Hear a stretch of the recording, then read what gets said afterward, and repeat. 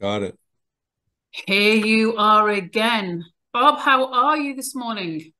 I'm good. I'm ready to rock and roll. How is the mind of Dr. Robert Sands? I've got so many questions to ask you. Oh, always busy. Excellent. Okay, Always, good. always ready, unless I'm asleep, and even then, there's something going on.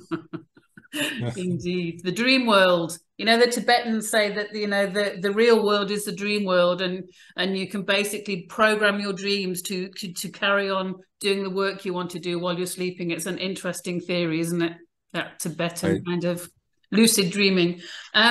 So our last video, we were talking about the dynamics between mother and daughter and fathers and sons and the difficult complexities that go on in families where you're just trying to love each other and live in lovely family harmony, and then all these all these difficult dynamics can get in the way. Since doing that lovely recording with you, was cogitating over some of the other things. So, and this is what I want to start off with. I've got all these questions. So, the flip side of what we were talking about the last time, where there's that jealousy and there's that kind of resentment or potential for it, what happens, in your opinion, when mothers, daughters, fathers, sons get into a codependent kind of relationship where almost neither one of them emancipates themselves? The mother doesn't kind of break away from the child, and the child is just tethered, and the child therefore doesn't want to break away from the mother. And there's all these kind of allurements to stay connected almost too closely. It's almost like they do, and I know people in these relationships that they don't have other friends. They everything's together, and the mum and daughter and father and sons. And what I was thinking is it makes them drive towards exactly the same interests. Whether one person or the other, the mother or the daughter, is driving it, they both probably have to like the same music, or even sometimes like the same fashion, or want to go to see the same films and all that kind of stuff. So I'm all ears on your opinion on that, Bob. So off you go. Off I go. Well, here's what comes to mind, that there's a disagreement or a divergent opinion about emancipation as a Western ideal. So, in most Western developmental literature, there's the expectation that the purpose of growth and development is to emancipate and to develop one's own life. This is considered an ideal. But in other cultures, it is not an ideal. And the goal of the culture is to subordinate the individual to the collective. And obviously, we've had collectivist nations, and there are collectivist political theory, and there's kibbutzes. For example, because the child's of the child proclivity to attach to a parent and to become preoccupied with a parent or two parents, there was a Jewish experiment, even ongoing, where the kibbutz tries to dilute or diversify the attachment, because this is really about primal attachment. This is what we're born with. We're born universally with a drive to attach. Animals are driven to attach, human babies attach and form. Now,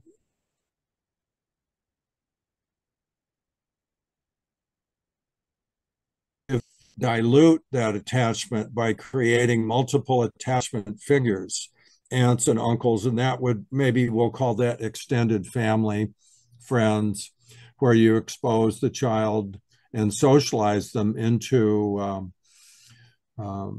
the fact that there are people other than their mother and father.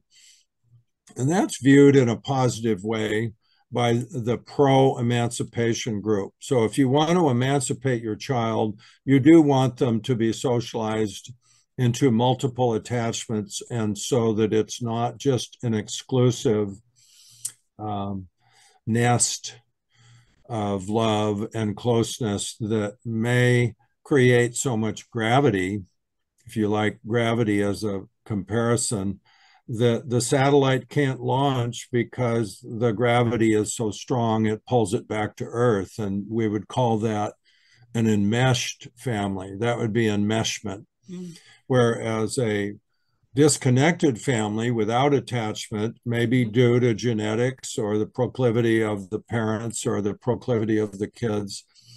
That would be a unattached or maybe a chaotic family where there isn't a lot of attachment. And all of these versions are possible, all of them. So there is no path, developmental path, that's 100%. I would say the commonest path is the path of attachment to the mother as the primary attachment object, the primary person. Then there's the father, if they're healthy and available, there's another attachment that has a different quality for both the male and the female child. And that is, you could say, well, that's an Oedipal situation where there might be rivalry, and we can get into that. But the general overview would be that if you're wanting to socialize good communists, let's say, or people subordinated to the collective, you want to defeat or discourage emancipation and individuation. The holy grail of the West is the individual.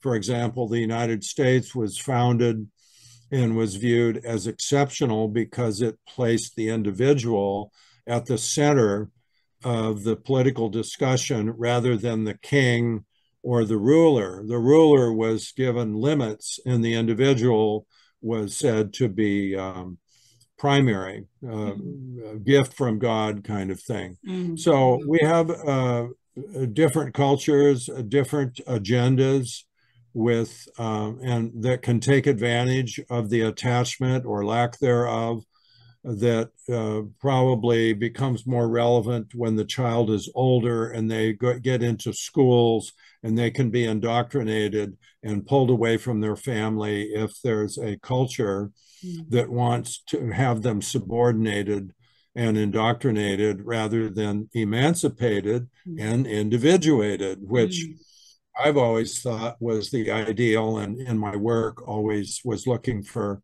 ways to encourage the parents to let go and let the child individuate.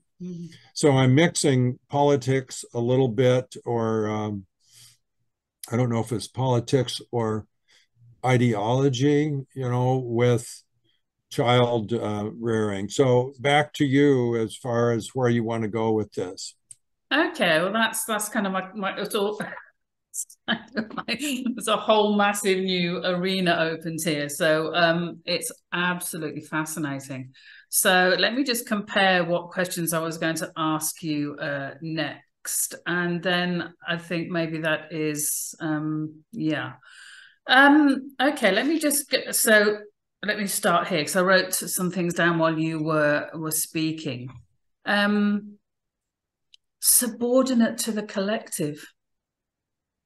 So like no encouragement to blossom and be your own person, but to serve the collective. It's like in Africa, it's about, say if we were talking about village life, it's about serving the village, and the villages in Africa are, very cohesive. Everybody knows everybody. And we have a Malawi friend, and he says, if a Malawi walks past a house and they hear a child shouting at the mother, the Malawi it's like very natural for them to go and then call other people in to sit the child down and tell them why they don't shout at their parents and why it's unacceptable behavior to do that. And the same as if they do anything wrong, the whole, a lot of the village come out and kind of do this whole thing about.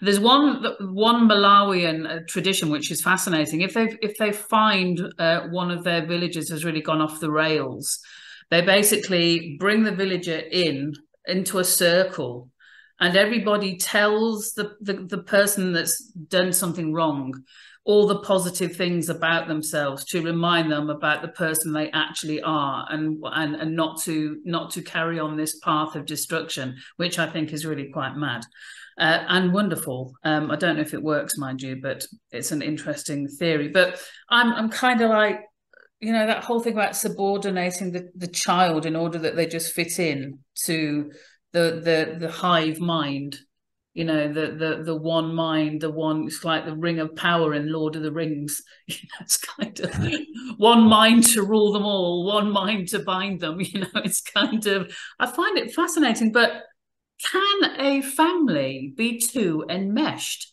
Can it just be all kind of so enmeshed that it's almost like it's like a blanket on a fire?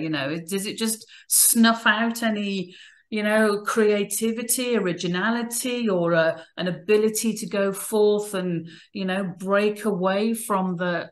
But of course, maybe a lot of, I know in Africa, the ancestors, and you got to do what the ancestors think you've got to do.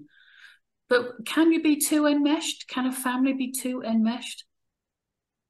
Well, sure.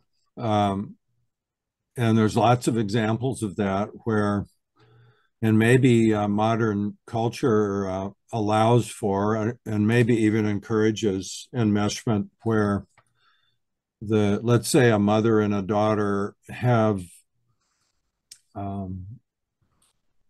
enmeshment, which implies they maybe spend too much time together, or the child is preoccupied with the mother, maybe over-identifying. That's a word that just means you kind of worship, mother worship, over-identification. And does it go the other way? Child worship, mother worship, the mother worships the child is like. Right. So if it's mutual, if it's both giving and coming, then it's very powerful and can go forward into, like, I've seen horse enmeshment. I don't know why this comes to mind, but I've just run into mothers and daughters who love horses, and their whole life is about horses. And the child seems limited because it's like an energy flow. The energy is all buzzing around mom and horses, and the mother's energy is buzzing around daughter and horses. But it could be sports. I know we see Olympic athletes where the family supports an athlete from an early age. Swimming, for example, age 4, 5, and 6, where the family's energy is all around a child. Sometimes this is called the golden girl or golden boy, where there'll be an athlete or a star, a child star, that captures the family energy, and the other siblings are subordinate to the king or the queen that is golden and very gifted. So you could say that's a form of enmeshment or excessive closeness. But it's also, we have to be careful because you want children to be supported. And so we don't want to say that if the parent is supportive, that they're creating enmeshment, because that seems kind of, enmeshment sounds critical to me. I would not want to encourage anyone to be enmeshed, because it does interfere with what to me is a higher value, which is emancipation, development, individuation, discovering oneself through the interaction with the society. It's not that we're telling kids, just tell us who you are and we'll bow to that. That's the current craziness that gives authority to the child to simply announce what they want or what they want to be, rather than struggle through life and find out who they are by interacting with thousands of individuals in hundreds of thousands of situations that actually cause that. That's where character and identity come from, is the interaction of the child with the family. They discover their siblings have limits. If they do this, then they have a consequence. And if they say this, then this happens. That's called socialization. And I don't know about the African tribes. It sounds like they have a pretty tight program if they're intervening on small groups to correct them. Did I understand that right? Yeah, it's interesting, isn't it? But what's really interesting about what you're saying is there can be kind of tension that arises between family members if there is, you know, kind of a favoritism, or, you know, this whole thing between mother and daughters. You know, the mother can be kind of mindful of the daughter getting all the attention from the father and causing a bit of problems. But it's also the same if it's over enmeshed, which is there can still be a kind of resentment, because if there are other siblings, they could get kind of pushed out. Or again, with the horse example that you used, the father could still be pushed out, and therefore, you know, the horse interest from the daughter is pushing him away, and there's still distance that is arising. So it's fascinating. One of the questions I've got here is whether it's African or whether it's the subordinating the collective. I'm actually quite shocked to hear that. It's like, oh, crikey. Because, of course, what I'm also fascinated to hear is, like you say, about the cultural differences. And it's really funny when you have this forced cultural enmeshment at the moment in Europe and in America, it's going on. And the cultures are so different. And you can't bring in someone with a certain type of culture. You know, we've seen it all over the place. People don't become anglicized and, you know, perfect English citizens just because they've come from Cameroon. Just because you give them tea and cake and talk to them and tell them all about your culture, it doesn't make a squat of a difference, does it? It's like, well, no. But let me get back to my question, because I could talk for hours on this. So, with kids, would you agree, whether they've got this kind of either way of being in families, that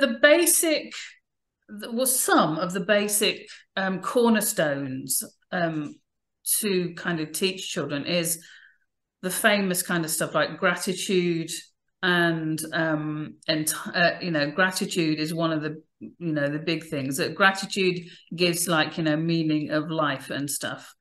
And I see a lot more kind of resentment in kids now, even though they've been given more than probably any kids have been given in the history of mankind. There is a lacking of gratitude, and there is a resentment attitude, and there is an entitlement attitude. Would you agree with that? And where does that lead? Well, yeah, I agree. That's what I observe, and it's sad because it's sort of starving in the midst of plenty. Here we have so much to be grateful for, and yet there's so much expression of resentment and envy and anger and need more, when so much is available. Even kings of old had nothing compared to what poor people Exactly. have access to. And Exactly. so, yeah, let me comment on teaching gratitude. I think the best way to teach to young children is to model. Well, young children don't learn through curriculum or cognitive instruction nearly as much as through identification and modeling. So if they see an adult expressing gratitude, they will take on the feeling and the behavior of that Wow. automatically as an identification, rather than hearing the teacher or the parent lecture about gratitude. Oh, you should be grateful. What about the starving? It used to African. be when I was growing up, there were people starving in China. Ah. So I guess you, rather than guilt tripping the child into gratitude, you actually demonstrate your gratitude for them, perhaps for life itself, through daily practices and just a way of being. This is where, and this is apparently missing, perhaps because in the dominance of media, media does not sell by expressing gratitude for what a good deal we have in life. That people would turn their TV sets off, I guess, because they'd get tired of hearing all this kind of love talk and, oh, things are, look at the statistics. Like Steven Pinker, a psychologist, wrote a book about how things are so much better now than in the past. And it's not a popular book, but he documents with statistics how almost every measure of human suffering is dramatically improved. So why aren't we celebrating? Yeah. I don't know, but gratitude is a basic human salve. It calms down the soul. It creates a sense of there being enough, or a feeling of being thankful, perhaps thankful to God, or thankful to the country, or thankful to the parent, or, it's a giving of thanks that is apparently missing in daily rituals, because that's where kids pick it up, is seeing it actually lived. If you live, so how you live is what your children will identify with, not what you say. What's the old saying? Do as I do, not as I say. Well, kids are going to do, they're going to identify with what they see in the parents' behavior, not the talk. And frequently the talk and the actions are divergent. They're different. Very confusing for children. And I think, don't you think, well, you kind of did say this just now, I think it's a purposeful thing to do that to society. I actually think there are forces at work that are actively seeking to make people dissatisfied. And, it's like the race wars, the class wars, the you've got more than me wars. Why should, and stirring that kind of stuff up, You've got more than me wars. Yeah. And like you say, what a brilliant thing you've just said. And it's so true about kings of old had probably a quarter or a third of what the average person has, this day and age.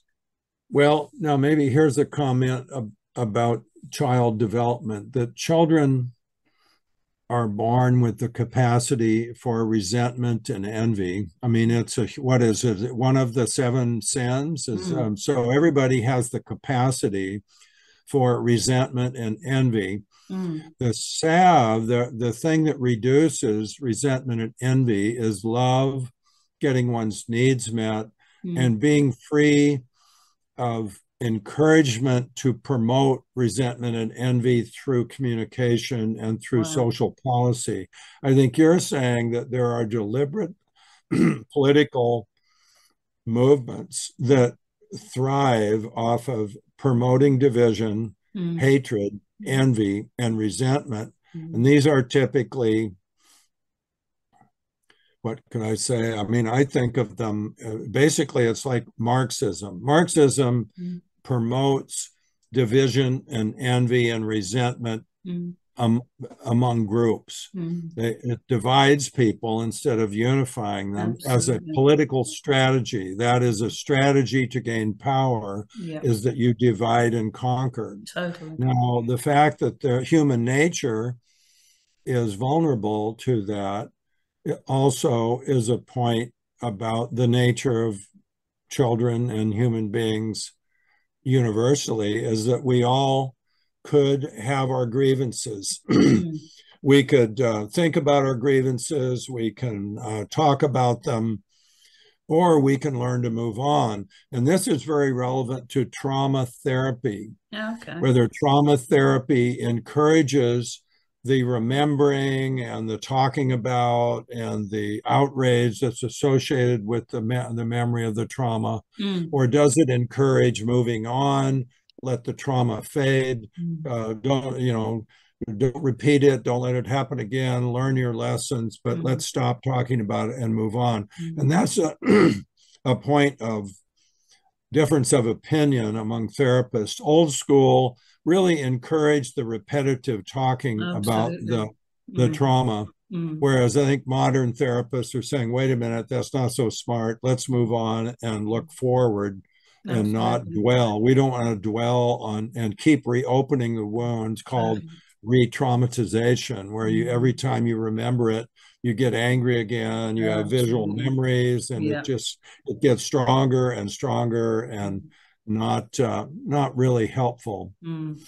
I agree with that. I think with hypnosis, there's quite a few methods where you just, well, my preferred method, you don't go back there. You don't, it's like you acknowledge it and you go, okay, all right, we don't want to energize the trauma. We don't want to make it bigger and bigger and bigger. We want to diminish it and make it smaller and smaller. So it's, let's talk about the solution, not the problem kind of idea. But okay, and just going off the topic slightly, is I am just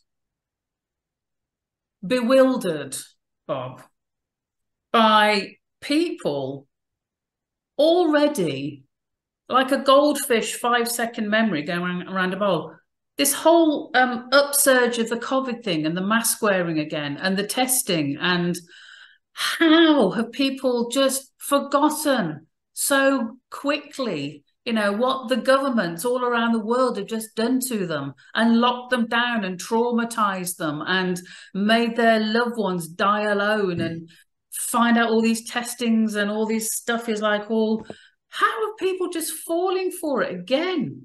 I'm just like, what is wrong with the mind that you haven't learned from reading, or maybe they haven't read it and that's the problem. They just let themselves be told what is. Are you just gobsmacked, to use a terrible word, by it all? Well, you're right about I don't know what percent of the population is going to fall for it again. It may not be as much as you think. We don't really know how many people are informed about how many mistakes were made, really huge mistakes were made with policy, let alone the virus. Skip the virus, look at policy. The policy was a disaster. Absolutely. The policy caused more death and harm than the virus. So that seems pretty clear, but it's not clear to a large part of the population. They are still in fear. You maybe the answer to your question is, why are people so easy to subordinate? Yes. You have to scare them. You scare them by putting on the television how many people are dying and how that the hospitals are flooded with dying people, and all of this false information or exaggerated information. You pump them full of fear and they'll do anything. I mean, that is not everybody. I mean, I monitored my own fear during the emergence of COVID and always maintained like something's not right here. This is not right to close down the economy because you're going to kill and do more damage and so forth. In other words, I retained the ability to think, whereas a doctor friend of mine who's an infectious disease specialist totally panicked, totally freaked out. He lost his ability to talk and think clearly. Wow. And I think that is a general, once you scare people enough, critical thinking stops. And then you have a herd. You have a herd of people being guided by news media And you could argue that the news media people are either scared or they're being told what to say, or both. Probably both, that they were scared and then they're being told.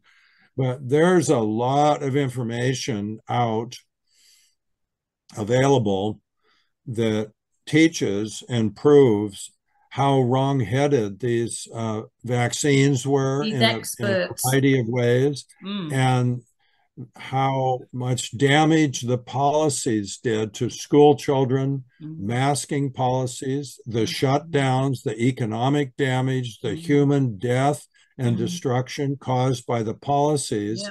Many people still don't know that was unnecessary. They're uninformed. So you have fear and you have ignorance. Well, why are people ignorant? Well, they don't want to know, or they're too scared to listen, or they become invested politically, that one political party, they have to once you become a partisan, you also stop thinking. You just sign up for the party, and the party tells you what to think or say. Whereas an independent person says, well, this is nutty, and they think through on their own. So I think the primary answer to your question is fear. The other is a policy of indoctrination and guided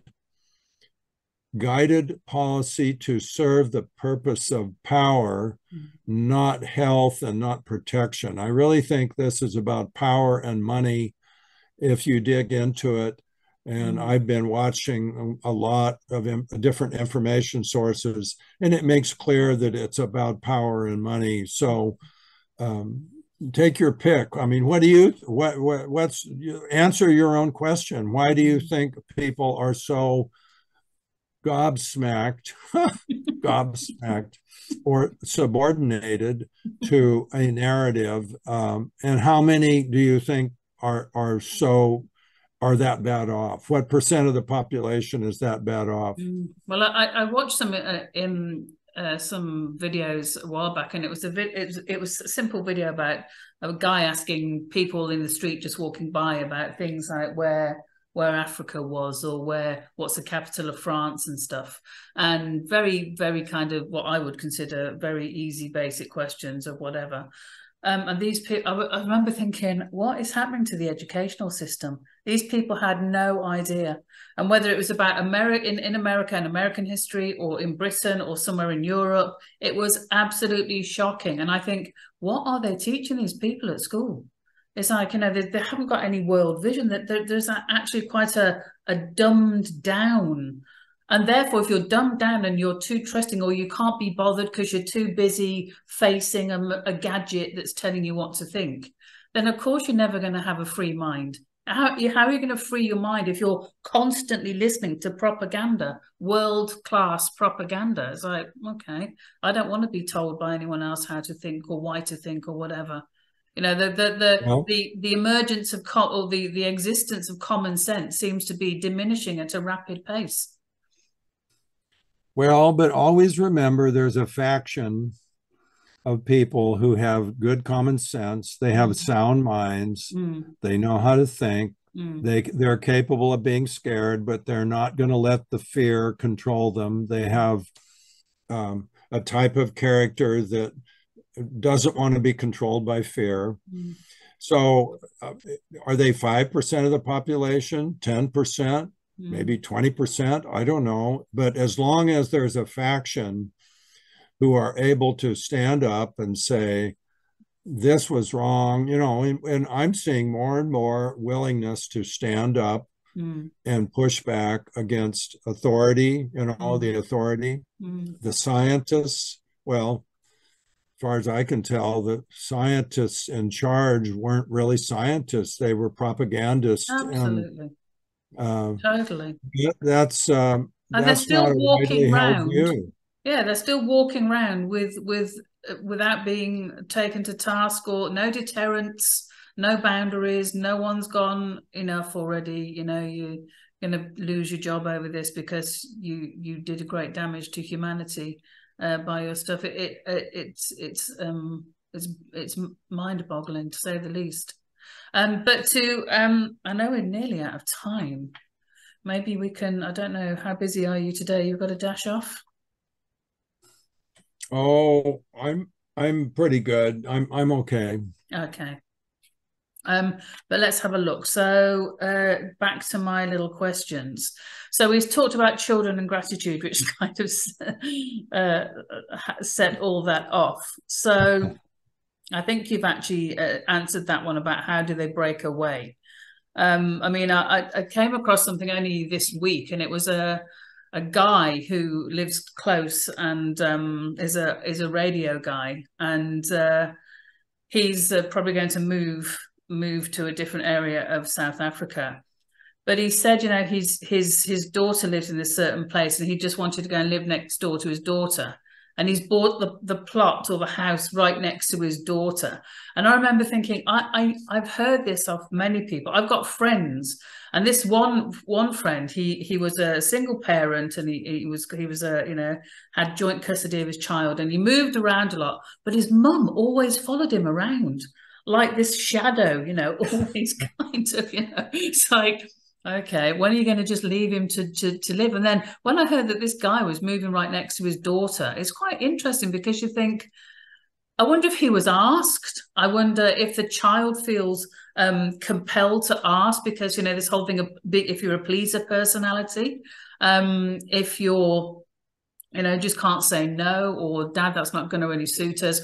Because I tell you what I'm going to do, Bob. I'm going to actually just end this now because I want the bit I want to say to you. I don't want it to kind of be disrupted. So I'm just going to end this session, and then I'm going to send you another link, and we can just do another 10 minutes. Is that okay? So let me just say, it made me think of the movie My Greek Wedding. I love that film. Which had the film of the parents living next to the kids and buying houses, you know. Yeah. Okay, go ahead. And she had to work in the family business, and they were all enmeshed, very enmeshed. Right. Okay, I'm just going to just pause this, and then we can restart. Hold on a sec. See you in a sec. Okay, so you mentioned the film, The Big Fat Greek Wedding, wonderful film. And it just leads so nicely into what I wanted to ask you. And that is about, we were talking obviously about parents inviting themselves to be on top of the family and following them around and stuff. Now, Anthony Robbins, who I followed years ago when I was, you know, really interested in his way of working, he used to say this, probably still does say this. He would say, there's no place, if a young woman hero worships her father, it's very hard for a potential mate, a potential husband and a boyfriend to come in and create a proper, mature, deep relationship when the hero worship is just so focused on the father. And the same for the mother with boys. If the boy is hero worshipping the mother, where is the potential wife's role when his attention is so diverted by this, you know, this shining saint-like mother or father? What do you think about that? Have you seen that in your practice? Oh, sure.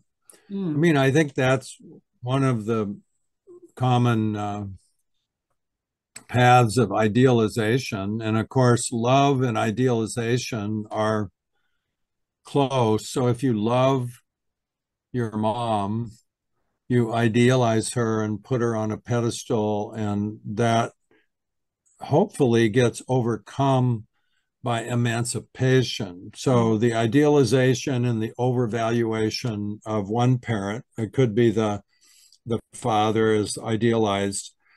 If what the child has to do is go out in the world, and usually they find someone similar to the parent who's over idealized, and then they work through their disappointment because nothing compares to the child's passionate idealization of either parent, and yet, so it's kind of a destiny thing that you're destined to be disappointed, because who can compete with the great father or the great the great mother. So this is all a part of the human condition, though. The whether the parents are encouraging that. Sometimes children are very prone towards one parent or another, and you can't really blame the parent for the child loving them or idealizing them. The wise parent doesn't feed into that. I suppose if you have an egomaniacal father who loves being adored, then he will relish and feed off of that. But I don't know how common that is. I think most parents want their kids to grow up. They want the best. Love in its best form, and there's different forms of love, but love in its best form wants the best for someone else. You don't want to control them. You don't want to use them for your own emotional purposes. You realize that they need to move on, and you privately grieve. If you're an empty nester, you recreate your new life. This is a common human drama that over and over and over again in millions of developmental sequences is exactly what goes on. Modern times, however, have arrested development where the emancipation has not occurred for economic reasons or emotional reasons or reasons of the screen obsession that you were referring to, that interferes with normal development because it creates a false world to the child, so they remain fixated and underdeveloped. It aborts, or doesn't really abort, but it diminishes the child's development, just as a parent can diminish it by shaping or conditioning the child to stay at home, or to the mother, for example, may say that she has certain needs that holds the child, or the father may, these clinging parents using children for their own emotional needs are common. And when we work with them, we try and improve their awareness of what they're doing. We discourage them from some of these behaviors. And it's gradual. Everything's gradual along a developmental line. Obviously, there's precipitous losses like death, car wrecks, and horrible things. But most kids have a gradual path towards emancipation, and the parents have a gradual path of. Here's something I heard, that when you have a child, you bring to them all the hopes you project onto them. And then you have to grieve all those hopes and learn to love and accept the child you actually have and who they're going to be. That's so deep stuff. It's really a common dynamic that the parents bring hopes and dreams to the child. The child fulfills those hopes and dreams in part, but disappoints in other respects. One child may be the golden child, and the other child may disappoint, which creates a family dynamic or a sibling rivalry. All of this is in the mix. This is humanity. There's what? It is in the mix, but you know what I find fascinating? So many people don't think about it. So many people don't think that if you're the all-present, savior parent, there's no room for another guy to come in and date your daughter, or a bloke to come in and date, a woman to come in and date your son.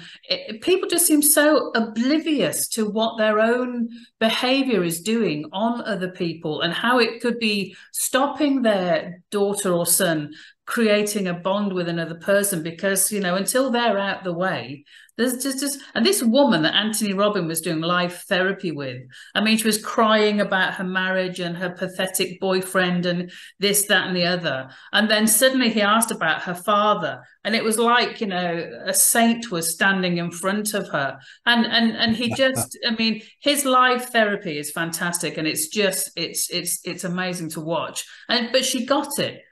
Because he said, where's the space for your husband when, you know, your father's like this? But you just brought up a fascinating point, which I wanted to ask anyway. There's two things I'd like to ask. One is, I know people who've been adopted, right? Or they've lost a parent very young.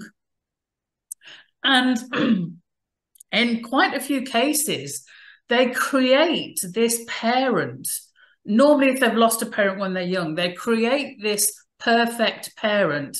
If my dad had lived, he would have been this, this, this, this. He would have been this. He would have been always with me, and we'd be doing this together and be doing that, or my mother and I. It's absolutely fascinating. And I've said to many people, well, what a delight to be able to create this fantasy parent that doesn't exist, you know, but only in your mind. And maybe, you know, you haven't had the reality of being let down by a parent or being disappointed, like you've just said about the child.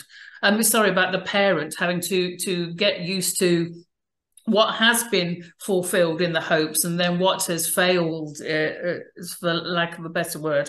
And then this child who thinks their parent would have been just so fantastic. And it's like, well, how lucky for you. You haven't lived with your actual father to find out he's just a human being trying to do his best.